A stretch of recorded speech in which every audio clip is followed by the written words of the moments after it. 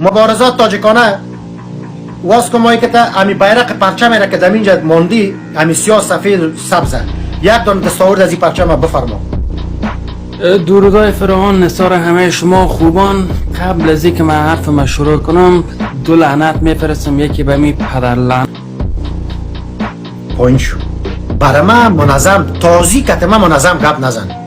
وقتی که سوال میکنم مستقیم ما کت تو نه در اسلام کت ما یکیستی، چون در اسلام تو شک است، نه در انسانیت تو یک مت را به چشم انسان میبینم و نه افغان خو ابدا سگ افغان شده نمیکنی. اینجا برای ما بسیار منظم نباش، خاصیت تپک نکن، چیزی که واقعیت هستی مثل سگ هستی. بیا برادر از این سوال که کدم سوال جواب بده. اینجا تو ارزش از زیرا نداری که من تو را وقت بتم سلام علیکم کنم مانده نبیشی کنم.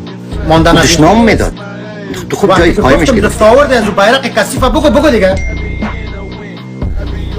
برات میگم دنبوره، غیجک، بچه بازی، کابل آور کردیم، دیگه چی کردیم؟ شورش کردیم، دیگه چی کردیم؟ ملا ربانی عسکر بود، رئیس جمهور معرفی کردیم.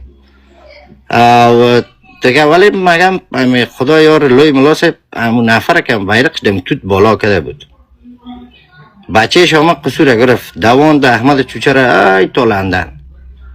دیگه انشالله امی یک کار را که امی اشرف غنی صاحب کرد، امی مردم افغانستان از امی رهبر پرستی بشر پولوت بیخی گم کرد امی رهبره. هیچ رهبر نمونده بالاخره. هر چی که